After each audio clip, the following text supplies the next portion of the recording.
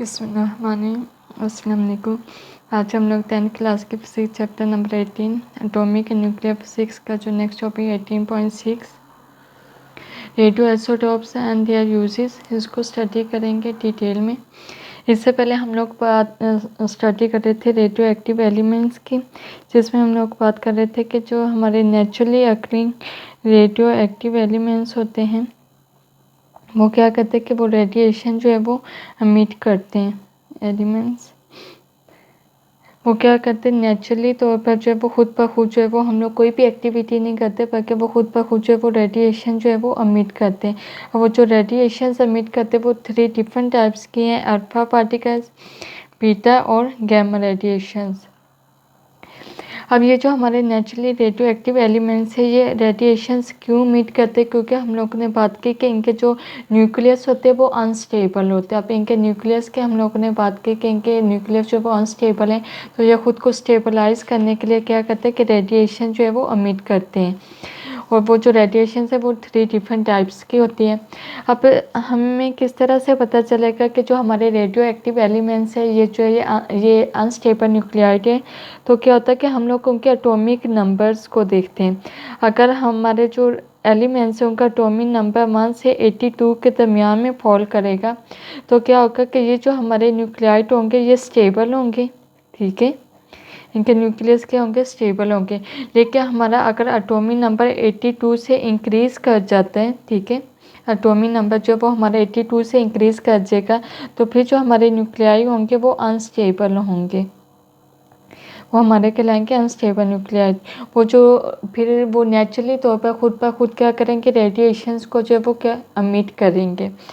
तो अब हम लोग जो है वो खुद से भी जो है वो जो हमारे नॉन रेडियो एक्टिव एलिमेंट्स है या जो स्टेबल न्यूक्लियाइड है उनको जो है वो नेचुरली तौर पर रेडियो आइसोटोप्स में कन्वर्ट कर सकते हैं, या आर्टिफिशियली तौर पर खुद से भी जो है वो उन्हें रेडियो आइसोटोप्स में जो है वो चेंज किया जा सकता है। किस तरह से होता है कि हम लोग जो है वो फॉर एग्जांपल हम लोग का अगर अपनी पहली एग्जांपल डिस्कस करें तो इसमें क्या करते हैं कि हम लोग कोई भी एक स्टेबल न्यूक्लियाई ले लेते हैं। जिस तरह से हमारी एग्जांपल है सोडियम की, ठीक है, सोडियम की हम लोगों ने एग्जांपल ली 2311। इस पर हम लोग क्या करते हैं कि हम लोग एक न्यूट्रॉन की जो वो इसके ऊपर बम्बार्डमेंट करवाते हैं, ठीक है। जैसे जो है वो हम लोग न्यूट्रॉन की जो वो सोडियम के ऊपर बम्बार्डमेंट करवाएंगे तो क्या होगा कि इसका जो एटॉमिक मास है वो चेंज हो जाएगा। मींस कि इसमें जो नंबर ऑफ़ न्यूट्रॉन्स हैं वो क्या हो जाएंगे, वो चेंज हो जाएंगे। क्योंकि इसमें क्या आ रहा है कि 0 1 आ रहा है, ठीक है, तो 23 में 1 ऐड करेंगे तो ये हमारा बन जाएगा सोडियम 24, ठीक है, और ये हमारा 11 एज इट इज़। अब क्या हुआ कि इसमें जो है वो न्यूट्रॉन्स की जो अमाउंट है वो ऐड अप होगी, न्यूट्रॉन जो है वो चेंज हो गए, ठीक है, न्यूट्रॉन चेंज हो गए। तो हम लोगों ने कहा कि जब नंबर ऑफ़ न्यूट्रॉन जो है वो चेंज हो जाते हैं तो वो उस एलिमेंट का आइसोटोप बन जाते हैं। इसी तरह जो हमारा सोडियम 2411 है, अब ये क्या बन गया, ये सोडियम का आइसोटोप बन गया। तो इसे हम लोग क्या कहेंगे, इसे हम लोग जो वो रेडियो आइसोटोप्स कहेंगे, ठीक है। ये हमारा अब कहलाएगा रेडियो आइसोटोप। क्योंकि ये सामने अब क्या करेगा, रेडिएशंस एमिट करेगा, और जो रेडिएशंस है वो हमारी गैमा रेज की फॉर्म में जो है वो एमिट हो जाएंगे।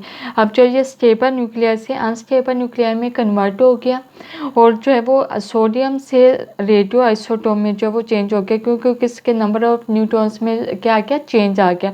और अनस्टेबल न्यूक्लियर की वजह से ये अब क्या करेगा, रेडिएशंस को एमिट करेगा जो कि गैमा रेज की फॉर्म में होंगे। इसी तरह से जो है वो हमारी जो नेक्स्ट एग्जाम्पल है वो है, हम लोग क्या लेते हैं, हम लोग helium nuclei means alpha particles जो है वो लेते हैं। और अल्फ़ा पार्टिकल्स की जो है वो हम लोग बम्बार्डमेंट करवाते हैं एल्यूमिनियम के ऊपर, ठीक है। हम लोग स्टेबल एल्यूमिनियम लेंगे और उसके ऊपर हम लोग क्या करवाएंगे, अल्फ़ा पार्टिकल्स की बम्बार्डमेंट करवाएंगे। जैसे ही अल्फ़ा पार्टिकल्स के एल्यूमिनियम के ऊपर बम्बार्डमेंट होगी तो क्या होगा कि इसके जो है वो एटॉमिक मास और एटॉमिक नंबर दोनों में चेंज आएगा, ठीक है। तो ये हमारा जो है वो नेक्स्ट जो है वो एक नया एलिमेंट बन जाएगा जो कि है हमारा फास्फोरस। ये हमारा होगा फास्फोरस 30, ठीक है, और 15। अब ये जो है इसमें भी नंबर ऑफ प्रोटॉन्स में चेंज आ गया, तो ये हमारा अब अनस्टेबल जो है वो फॉस्फोरस रेडियो आइसोटोप बन जाएगा। ये भी हमारा क्या होगा, अब रेडियो आइसोटोप में ये चेंज हो गया। अब क्योंकि ये रेडियो आइसोटोप में चेंज हो गया, इट मीन्स कि ये भी रेडिएशन जो है वो अमिट करेगा, और ये जो है न्यूट्रॉन्स जो है वो अमिट करेगा, और यहाँ से क्या होगा, न्यूट्रॉन्स जो है वो इसमें से अमिट होंगे रेडिएशंस की फॉर्म में। तो क्या होता है कि हम लोग जो है वो नेचुरली, ये प्रोसेस नेचुरली तौर पर भी हो सकता है, मीन्स के नेचर में, इन्वायरमेंट में जो हमारे प्रोटॉन्स, अल्फा पार्टिकल्स वगैरह, जो जितनी भी हमारी रेडिएशन है वो हमारे जो है वो एलिमेंट के ऊपर बम्बार्ड करती है, और उसके जो है वो उस स्टेबल न्यूक्लियर को जो वो अनस्टेबल रेडियो आइसोटोप में कन्वर्ट कर देती है, या फिर हम लोग खुद से जो है वो न्यूट्रॉन या अल्फा पार्टिकल्स की जो है वो बम्बार्डमेंट करवाते हैं अपने स्टेबल न्यूक्लियाई के ऊपर। और जब हम लोग बम्बार्डमेंट करवाते हैं तो क्या होता है कि वो हमारे जो स्टेबल न्यूक्लियाई होते हैं वो जो है वो हमारे अनस्टेबल जो है वो न्यूक्लियाई में जो है वो चेंज हो जाते हैं। ये हमारे स्टेबल न्यूक्लियाइड है, और ये हमारा स्टेबल न्यूक्लियाइड जो है वो अनस्टेबल न्यूक्लियाइड में जो है वो क्या होगा, चेंज हो जाएगा। और अनस्टेबल न्यूक्लियाई की वजह से क्या होगा कि हमारी रेडिएशन जो है वो अमिट होगी। अब ये जो हमारे अनस्टेबल न्यूक्लियाई हैं ये हमारे रेडियो आइसोटोप्स बनेंगे, क्योंकि ये रेडिएशन जो है वो अमिट कर रहे हैं। अब ये जो हमारे रेडियो आइसोटोप्स है इनका बहुत ज़्यादा यूज़ है, ये डिफरेंट पर्पसेस के लिए जो है वो यूज़ होते हैं, ठीक है। ये मेडिसिन में यूज़ होते हैं, ये ट्रेसर के तौर पर यूज़ होते हैं, ये कार्बन डेटिंग के तौर पर जो है वो यूज़ होते हैं। तो सबसे पहले जो है वो हम लोग डिस्कस करेंगे इसे ट्रेसर्स की फॉर्म में, ठीक है। यूजेस की हम लोग बात करें, और यूजेस में जो है वो सबसे पहले हम लोग ट्रेसर को जो है वो डिस्कस करेंगे। तो ट्रेसर्स में क्या होता है कि हमारे जो रेडियो आइसोटोप्स है ये बहुत स्मॉल अमाउंट में जो वो ट्रेस मीन बहुत स्मॉल क्वांटिटी में जो वो मौजूद होते हैं, ठीक है। तो हमारा अगर हम लोग पहले अपने रेडियो आइसोटोप की बात करें तो जो हमारा आयोडीन है, ठीक है, आयोडीन ये जो है ये बहुत ज़्यादा इम्पोर्टेंट है हमारे थायराइड ग्लैंड्स में, ठीक है। थायराइड ग्लैंड्स की फंक्शनिंग के लिए ये बहुत ज़्यादा इम्पोर्टेंट है, ठीक है। तो क्या होता है कि अगर हमारे ग्लैंड्स स्वेल हो जाए या उसमें आइसोटोप्स की डेफिशिएंसी हो जाए तो क्या होता है कि हमारे ग्लैंड्स जो है वो प्रॉपर जो है वो वर्क नहीं करते, ठीक है। हमें पेन फील होती है या वो स्वेल हो जाते हैं, ठीक है। तो इसका मतलब होता है कि हमारे जो है आयोडीन की कमी हो चुकी, जिसकी वजह से क्या हो रहा है कि हमारे ग्लैंड्स जो है वो थायराइड ग्लैंड जो है वो स्वेल हो गए। तो एक तो ये कि इससे हम लोग जो वो आयोडीन को जो वो एज अ मेडिसिन भी यूज़ कर सकते हैं, ठीक है, यूज़ करते हैं। दूसरा ये कि इसे डायग्नोसिस पर्पसेस के लिए भी जो है वो यूज़ किया जाता है। तो हमारा जो आयोडीन 131 है वो क्या होता है कि इस आयोडीन 131 को जो वो हम लोग थायराइड ग्लैंड को डायग्नोस करने के लिए जो वो यूज़ करते हैं। तो हम लोग जो वो क्या करते हैं, बेसिकली हम लोग जो वो इस तरह से यूज़ करते कि हम लोग जो है वो आउटर साइड से मीन्स के बाहर से जो है वो हम लोग जो है वो थायराइड ग्लैंड्स की जो है वो रेस को जो है वो अमिट करवाते हैं, ठीक है, अपने ग्लैंड्स के ऊपर। तो क्या होता है कि जब हमारी रेस जो है वो फॉल करती है ग्लैंड्स के ऊपर तो क्या होगा कि कुछ रेस जो है वो फ़ौरन जो है वो उसे स्ट्राइक करेंगे और रिफ्लेक्ट बैक हो जाएंगे, वापस आ जाएगी, रिफ्लेक्ट हो जाएगी। लेकिन जहाँ पे हमारी डेफिशिएंसी होगी या जहाँ से हमारा ग्लैंड जो है वो डिफेक्ट हो चुका हुआ है, ठीक है, वहाँ पे उसके डैमेज हो चुका है, वहाँ पे क्या होगा कि वहाँ पे हमारा जो आयोडीन ट्रेसर है, ठीक है, या आयोडीन की जो आयोडीन 131 की जो रेडिएशन से अमिट करवा रहे हैं वो वहाँ पे क्या करेंगी, आगे जाके जो है वो उसे अब्जॉर्ब होने में ज़्यादा टाइम लगेगा, और अब्जॉर्ब होने के बाद जो है वो वापस से रिफ्लेक्ट होंगी। तो यहाँ पे जो हम लोग उसे मोनिटरिंग कर रहे हैं तो हमें पता चल जाएगा कि ये जो हमारी रेडिएशन है ये देर से वो पहुँची है, ठीक है। इट मीन्स कि इसने ज़्यादा टाइम लिया, इसका मतलब है इसने लॉन्ग डिस्टेंस जो है वो कवर किया है।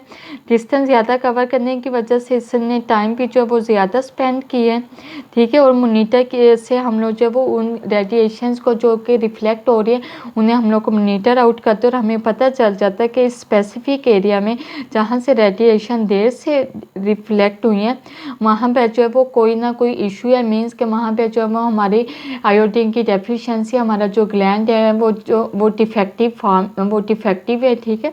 तो फिर हम लोग जब उसकी प्रॉपर ट्रीटमेंट करते हैं, मेडिसिन वगैरह जो है वो यूज़ करते हैं, तो इसलिए तो इस तरह से क्या किया जाता है कि हम लोग जो है वो आयोडीन को जो है वो एज अ ग्लैंड्स की डायग्नोसिस पर्पस के लिए भी यूज़ करते हैं। इसके अलावा हमारे जो डिफरेंट दूसरे मटेरियल्स हैं, दूसरे हमारे जो हैं रेडियो एक्टिव एलिमेंट्स, उनको जो वो हम लोग जो है वो इसी तरह हमारा ब्रेन ट्यूमर को जो है वो डिटेक्ट या डायग्नोज करने के लिए जो है वो हम लोग फास्फोरस 32 को यूज़ करते हैं। फास्फोरस 32 भी ये भी एक रेडियो आइसोटोप है। इसको जो वो हम लोग किस पर्पज़ के लिए यूज़ करते हैं, इसे हम लोग ब्रेन ट्यूमर को जो वो डायग्नोज करने के लिए वो यूज़ किया जाता है, ठीक है। ब्रेन ट्यूमर्स को डायग्नोज करने के लिए जो हम लोग रेडियो आइसोटोप यूज़ करते हैं वो फास्फोरस 32 है। इसी तरह जो है वो हमारे डिफरेंट रेडियो आइसोटोप्स है जो कि हम लोग डिफरेंट पर्पसेस के लिए जो वो यूज़ करते हैं। इसके अलावा हम लोग क्रैक्स वगैरह को जो वो आइडेंटिफाई करने के लिए भी यूज़ करते हैं आइसोटोप्स को। जिस तरह से फॉर एग्जांपल हमारी कोई बिल्डिंग है या हम लोग शिप की एग्जांपल ले ले, ठीक है। हमारे फॉर एग्जांपल ये एक शिप है, ठीक है। इसमें क्या होता है, यहाँ पे क्रैक्स जो है वो प्रोड्यूस हो गए, तो वो शिप इतनी भरी होती है कि आपको माइनर जो क्रैक प्रोड्यूस हुए वो नज़र नहीं आते। लेकिन ये क्रैक्स जो है अगर कवर ना किया जाए, फिल ना किया जाए, तो क्या होता है कि इससे नुकसान होता है, ठीक है। हमारी जो सबमरीन वगैरह शिप्स वगैरह है, तो क्या किया जाता है कि इन क्रैक्स को आइडेंटिफाई करने के लिए भी रेडियो आइसोटोप्स को यूज़ किया जाता है। तो क्या होता है कि हम लोग रेडियो आइसोटोप्स की जो है वो रेस को जो वो अमिट करवाते हैं, ठीक है, इसके ऊपर। तो वो सरफेस से जो है वो जब उसके साथ स्ट्राइक करती है तो वापस रिफ्लेक्ट बैक हो जाती है, जो कि हम लोग को मोनीटर से जो है वो एग्जामिन कर रहे होते हैं। तो वो रेडिएशन जो कि इस एरिया पे आके फॉल करेंगी, वो क्या करेंगी, वो इसके अंदर अब्जॉर्ब हो जाएंगी, पेनिट्रेट हो जाएगी, क्योंकि यहाँ पे क्रैक्स प्रोड्यूस हो चुके हैं, यहाँ पे स्पेस है, तो उन्हें ट्रेवल करने के लिए जो है वो जगह मिलके, स्पेस मिलके, तो यहाँ पे क्या होगा, वो अंदर अब्जॉर्ब होंगी और अब्जॉर्ब होने के बाद वापस रिफ्लेक्ट होंगी। तो क्योंकि वो ज़्यादा डिस्टेंस कवर करेंगे, इसलिए यहाँ पे ज़्यादा टाइम कंज्यूम करेंगे।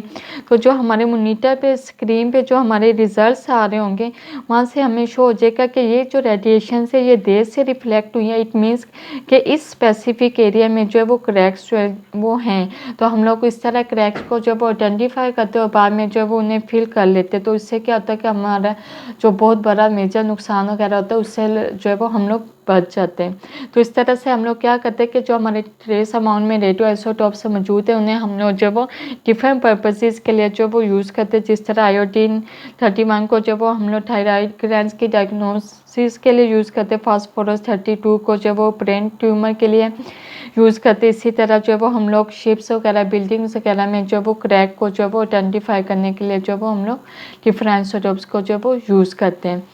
इस तरह अब जो हमारी नेक्स्ट है वो है हमारी मेडिसिन, ठीक है। मेडिकल की फॉर्म में भी जो वो हम लोग का इन्हें यूज़ करते हैं। तो मेडिसिन में क्या आ जाते हैं, हमारी एग्जांपल जो है वो सबसे पहले हमारी एग्जांपल है कोबाल्ट 60, हमारी एग्जांपल है कोबाल्ट 60। इससे जो है वो हाँ ये बहुत ज़्यादा यूज़ होता है कैंसर ट्रीटमेंट के लिए, ठीक है। कैंसर ट्रीटमेंट के लिए जो वो हम लोग कोबाल्ट 60 को यूज़ करते हैं।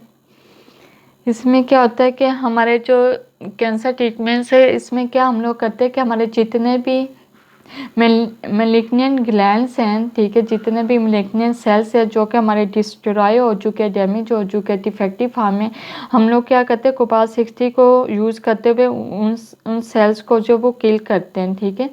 जो कि हमारे जो है वो इधर में लिखते थे मैलिग्नेंट ग्लैंड्स,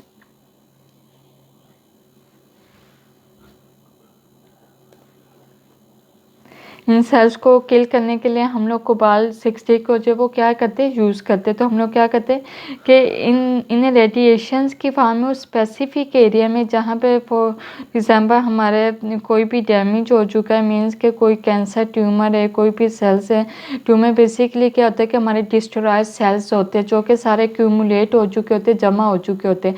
तो हम लोग क्या करते हैं कि हम रेडियो आइसोटोप्स को यूज़ करते हैं, क्योंकि ये रेडियो मीन्स के ये रेडिएशंस परमानेंटली कंटिन्यूसली एमिट कर रहे होते हैं। तो उन रेडिएशंस को जब हम लोग के सेल्स को किल करने के लिए जो वो यूज़ करते हैं। तो क्या होता है कि जो कोबाल्ट 60 है उनकी उसकी रेडिएशन को जो है वो हम लोग उस स्पेसिफिक एरिया पर जो है वो फॉल करवाते हैं। जब उस स्पेसिफिक एरिया पे वो रेडिएशंस फॉल करती तो वो क्या करते कि वो वहाँ पे मौजूद जो सेल्स है उनको किल कर देती, ठीक है। और हमारा जो ट्यूमर होता है वो वहाँ से ख़त्म हो जाता है, रिमूव हो जाता है।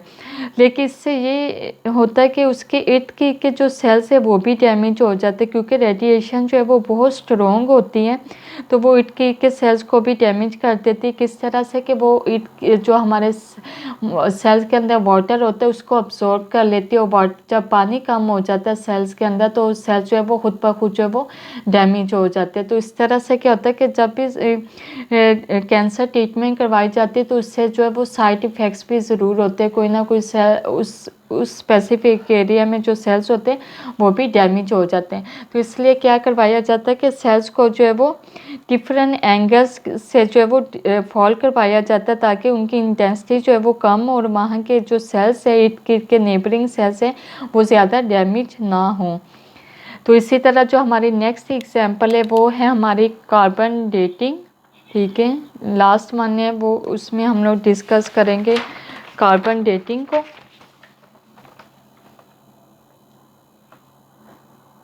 कार्बन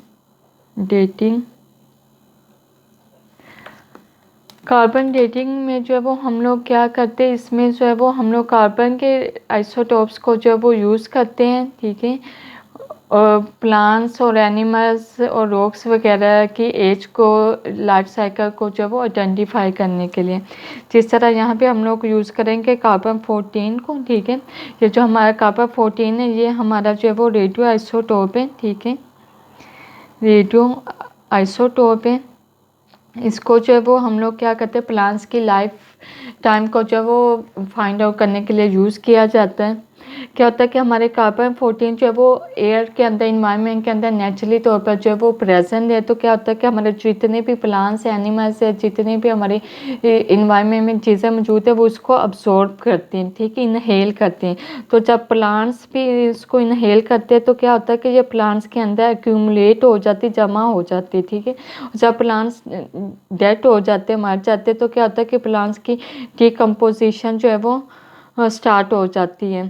जब प्लांट्स डिकम्पोज होना शुरू हो जाते तो क्या होता है कि ये कार्बन जो 14 है ऑब्वियसली ये जितनी इनिशियली अमाउंट में था, जब प्लांट डिकम्पोज होगा तो इसकी अमाउंट भी क्या होगी, इसकी अमाउंट भी कम होना शुरू हो जाएगी।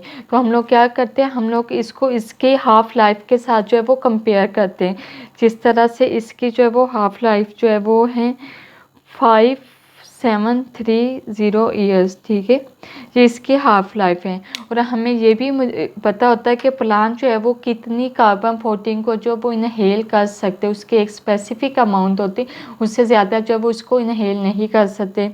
तो क्या होता है कि हम लोग उसकी इनिशियल हम लोग जो है वो उसकी अमाउंट कैलकुलेट नोट कर लेते हैं कि इनिशियली तौर पर फॉर एग्जांपल सपोज इसने जो है वो 100 किलोग्राम या 100 ग्राम जो है वो कार्बन 14 को जो वो इनहेल किया था, ठीक है। तो हम लोग क्या करेंगे, हमें पता है कि मैक्सिमम ये इतनी अब्जॉर्ब कर सकते हैं, ठीक है। उसके बाद हम लोग जो वो अब जब हमारे प्लांट जो है वो डिकम्पोज हो रहे हैं या किसी स्पेसिफिक टाइम पीरियड में हम लोगों ने प्लांट की एज फाइंड आउट करनी, तो हम लोग क्या करेंगे उस स्पेसिफिक पीरियड में जो है वो इसकी अमाउंट जो है वो प्लान के अंदर कैलकुलेट करेंगे। फॉर एग्जांपल अब हमारी अमाउंट जो है वो 50 ग्राम रह गई है, तो हम लोग क्या करेंगे इनिशियल में से फाइनल को सब्ट्रैक्ट कर देंगे, तो हमें पता चल जाएगा कि कितनी अमाउंट जो है वो डिकम्पोज हो चुकी है या कितनी अमाउंट जो है वो कम हो चुके हैं। उसको हम लोग उसके लाइफ टाइम के साथ जो है वो कंपेयर करेंगे कि इतने सालों में जो है वो इतना कम हो सकता था। फॉर एग्जांपल अगर कार्बन 14 है तो वो इतने सालों के बाद जो है वो हाफ हो जाएगा, जितना उसने इनिशियली अब्जॉर्ब किया होगा उसमें से हाफ जो है वो अमाउंट हमारी रह जाएगी। तो इस तरह से क्या किया जाता है, इस तरह से जो है वो हम लोग जो है वो इनके अमाउंट जो है वो कैलकुलेट कर लेते, एज जो है वो कैलकुलेट कर लेते कि कोई भी प्लांट जो है वो कितने साल या कितनी सदियाँ पुराना है। ठीक है, इसी तरह से जो वो एनिमल्स की एज को भी इसी तरह से कैलकुलेट किया जाता है। और जो हम लोग रॉक्स वगैरह की एज कैलकुलेट करते हैं उसके लिए भी जो हम लोग रेडियो एक्टिव आइसोटोप यूज़ करते हैं वो है हमारा आर्गोन 40। ठीक है, आर्गोन 40 को जो है वो हम लोग कैलकुलेट करते हैं कि रॉक जो है वो मैक्सिमम कितनी अब्जॉर्ब कर सकती है, ये हमें पता होता है पहले से ही, लिटरेचर रिव्यू से हम लोग देखते हैं। और अब स्पेसिफिक टाइम पीरियड में आके हम लोग रॉक के अंदर जो है वो आर्गोन 40 की अमाउंट को जो है वो कैलकुलेट कर लेते हैं। तो इनिशियल से फाइनल को हम लोग सब्ट्रैक्ट कर लेते तो हमें पता चल जाता है कि इतनी अमाउंट जो है वो कम हो चुकी है। और उस अमाउंट को जो है वो हम लोग उसके लाइफ टाइम के साथ जो है वो कंपेयर करते तो हमें पता चल जाता है कि ये जो हमारी रॉक है ये इतने साल या इतनी सदियाँ पुरानी है। तो कार्बन डेटिंग जो है वो बेसिकली जो है वो प्लांट्स, एनिमल्स और रॉक्स वगैरह की एज को जो है वो आइडेंटिफाई करने के लिए जो वो यूज़ की जाती है। तो ये था हमारा आज का टॉपिक जिसमें जो है वो हम लोगों ने रेडियो आइसोटोप्स और उसके यूजेस को स्टडी किया। इंशाल्लाह ताला नेक्स्ट वीडियो में जब हम लोग नेक्स्ट टॉपिक को स्टडी करेंगे, तब तक के लिए अपना ख्याल रखिएगा। अल्लाह हाफिज़।